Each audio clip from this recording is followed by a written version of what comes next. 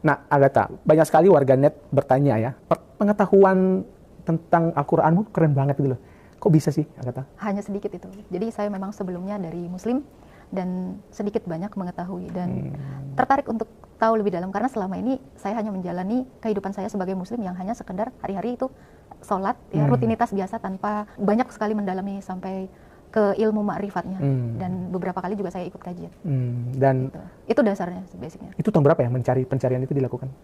Ada sekitar 7 tahun yang lalu, lama. Dan sempat juga saya agnostik, kembali lagi cari saya kemana-mana gitu. Cari. Assalamualaikum warahmatullahi wabarakatuh. Masih kembali di channel terbaru saya. Terima kasih pada teman-teman masih setia menonton mendukungnya menyaksikan konten dari channel ini.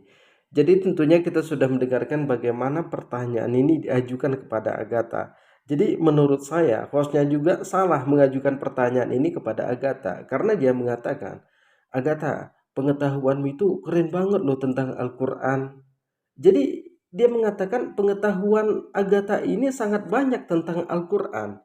Di sini kan kita tidak pernah mendengar Agatha itu membaca Al-Quran itu menggunakan bahasa Arab. Dia hanya mengambil terjemahannya sepotong-potong untuk mencaci maki umat Islam.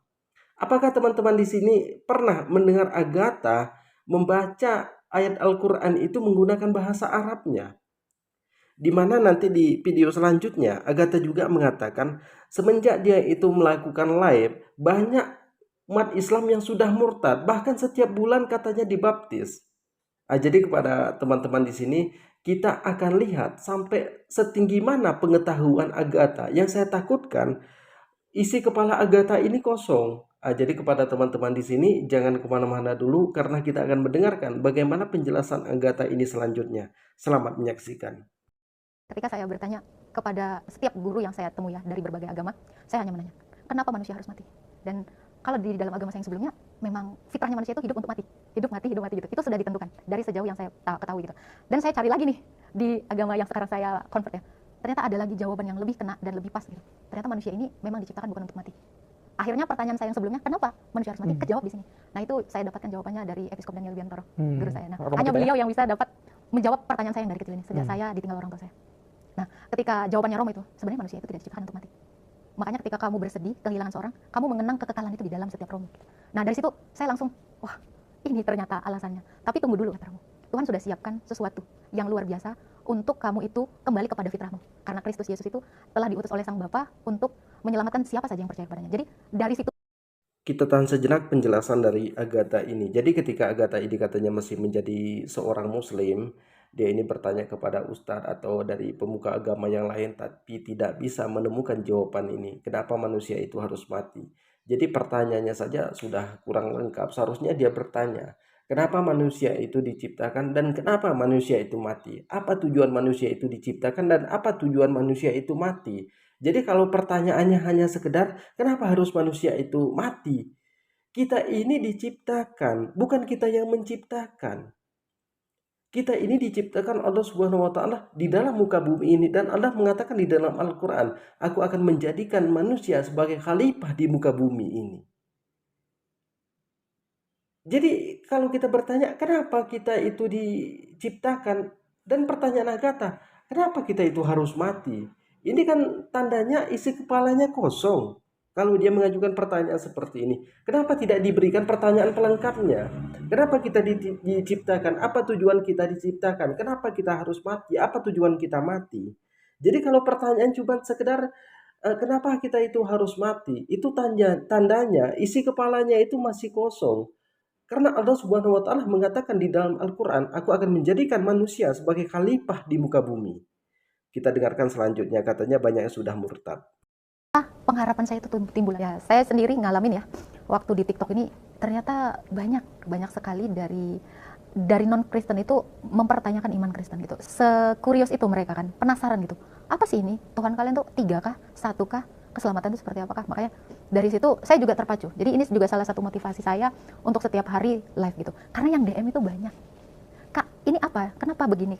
Ayat ini bagaimana? Nah, dari situ Akhirnya saya menyediakan wadah, itulah live saya, di mana orang siapa saja dengan iman apapun itu mempertanyakan iman kekristenan. Kenapa? Itu juga mungkin ya, bukan mungkin, tetapi ini pasti jalan yang Tuhan maksud itu untuk menuai sebanyak-banyaknya tuaian itu. Nah, dari situ saya termotivasi dan tetap ya, dari pertanyaan mereka yang tidak bisa saya jawab, pasti akan saya cari tahu. Gitu. Jadi dari situ banyak sekali jiwa yang diselamatkan. Puji Tuhan. Ya. Dan itulah penggenapan dari amanat Hampir agung setiap bulan ada yang dibaptis. Puji Tuhan, luar biasa. Jadi kita sudah mendengarkan bagaimana penjelasan si pengemis koin ini, si Agatha. Bagi saya Agatha ini memang pengemis koin. Jadi ketika Agatha ini katanya melakukan live, banyak pertanyaan yang masuk ke Agatha ini. Kemudian Agatha itu menjawab, akhirnya orang itu murtad, meninggalkan agama Islam, dibaptis, masuk ke agama Kristen. Jadi apakah benar yang dikatakan oleh Agatha ini? Ini kan semuanya bohong semua. Kalau memang banyak yang dibaptis, bahkan setiap bulannya, kenapa jumlah Kristen itu setiap tahunnya itu semakin menurun? Kenapa jumlah Kristen itu semakin menurun? Tunjukkan datanya, mana faktanya? Nah, kalau hanya berbicara ini kan isi kepalanya kosong. Karena data mualaf dan data murtad, data mualaf itu paling sedikit, setiap harinya 7 orang, itu paling sedikit. Dan paling banyak itu mencapai 25 orang dalam per hari. Sedangkan data murtad itu dalam per bulannya memang 1 orang. Dalam per 3 bulan kalau kita buat rata-ratanya itu hanya 3 orang sampai 5 orang. Itu per 3 bulan. Kalau mualaf itu hitungan per hari. Nah, jadi kalau dia mengatakan bahwa Al-Quran itu adalah kitab suci yang salah, tidak benar, silakan debat dengan saya. Jangan debat perang ayat. Silakan buktikan bahwa kitab Anda itu benar-benar firman Tuhan.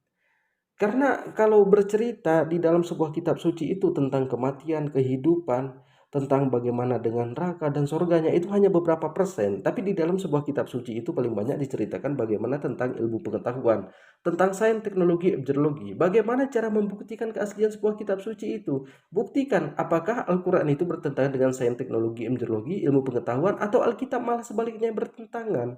Hanya dengan itu yang cara membuktikannya. Kalau orang Kristen, pendeta manapun, kalau diajak debat tentang ilmu pengetahuan, debat ilmiah, pasti nggak mau. Karena banyak sekali yang bertentangan di dalam Alkitab ini.